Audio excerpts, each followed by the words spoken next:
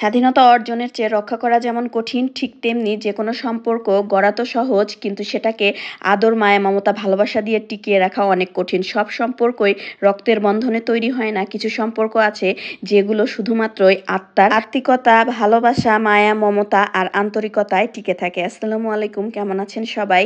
শুক্রবারের দিন ছিল আর মাসের শুরুতে আমার গোছের বাজারও ছিল, সাথে অল্প কিছু তরকারি কিনেছি। তরকারির যে দাম, এই একটা ফুলকপি ছিল 48 টাকা, মানে 50 টাকা।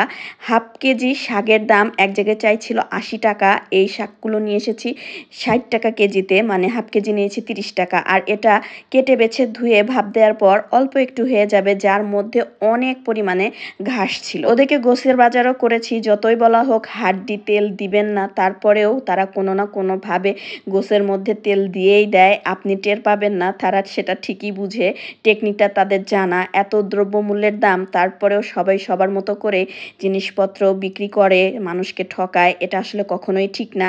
ফুলকপিটা কেটে নিয়েছি, শাক অল্প হয়ে যাবে, তাই ফুলকপিও ভাজি করব। নতুন নতুন ফুলকপি ভাজি কিন্তু খেতে অনেক বেশি ভালো লাগে। সেই সাথে শাকটা ভাপ দিয়ে রসুন, পেঁয়াজ, কাঁচামরিচ তেলে বাগার দিয়ে আমি এখানে ভেজে নিয়েছি। পাশের চুলাতে ফুলকপি ভাজি করব, যার কারণে সরিষার তেলে পেঁয়াজ আর কাঁচামরিচ দিয়ে ভালো করে একটু ভেজে নিয়ে জিরা আর তেজপাতা ফোড়ন দিব। দিয়ে আমি আগে থেকে কেটে ধুয়ে রাখা আলু আর ফুলকপিগুলো দিয়ে দিব। আর এভাবে লাল লাল করা ফুলকপি ভাজি অনেক ভালো লাগে খেতে, বিশেষ করে গরম ভাতের সাথে। নতুন নতুন সবজি খেতে সবারই ভালো লাগে কয়েকদিন পর, কিন্তু এই ফুলকপিটা আর খেতে ভালো লাগবে না। তাই একটু দাম হলেও শুরুর দিক থেকেই একটু খাওয়ার চেষ্টা করি, অল্প হোক পরিমাণে, তারপরেও যেন তৃপ্তি করে খাওয়া যায়। আলু আর ফুলকপি দিয়ে এখন পরিমাণ মতো লবণ আর হলুদ দিয়ে ধিমি আঁচে করে ভালো করে লাল লাল করে ভেজে নিব।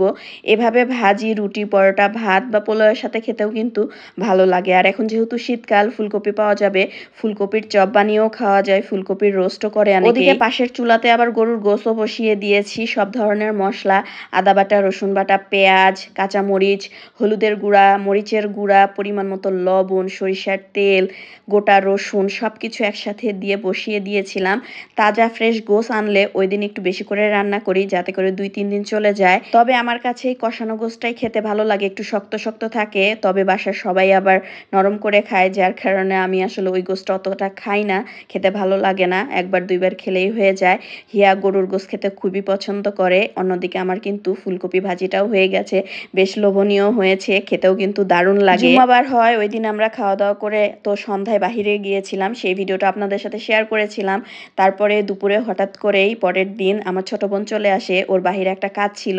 তো বোন যেহেতু এসেছে, গরুর গোশত ছিলই, বেশি করে রান্না করেছিলাম, তাই তার পছন্দের আলু ভর্তা করেছিলাম, সাথে ডিম ভাজি করেছিলাম। খুব একটা বেশি সময় থাকবে না, তাই অনেক কিছু করিনি, করার সুযোগটাও দিত না, যার কারণে তাড়াহুড়া করে তাকে যা হাতে পেয়েছি তার পছন্দের খাবার দিয়েছি। আলহামদুলিল্লাহ অনেক তৃপ্তি করে সে ভাত খেয়েছে, এবং আলু ভর্তারই অনেক বেশি প্রশংসা করছিল। গরুর গোশত ছিল কিন্তু তবুও সে ওভাবে খায়নি, তাই আমি উঠিয়ে দিচ্ছিলাম। সাথে ওর বান্ধবী ছিল, তাকেও খাবার উঠিয়ে দিলাম। খুবই সামান্য আয়োজন ছিল, কিন্তু ওই যে বললাম যে ভালোবাসা কখনো টাকা পয়সা বা দামি খাবার দাবার দিয়ে হয় না। ভালোবেসে মন থেকে আত্মিকতায় আপনি যদি কাউকে ভর্তা ভাতও খাওয়াতে পারেন, সে কিন্তু তৃপ্তি নিয়ে খাবে। খাওয়া দাওয়া শেষ করে আমরা তো গল্প করছিলাম, অন্যদিকে এরা দুইজন একই বয়সের, তারা নিজেদের মতো করে সময় কাটাচ্ছিল ফোন দেখে।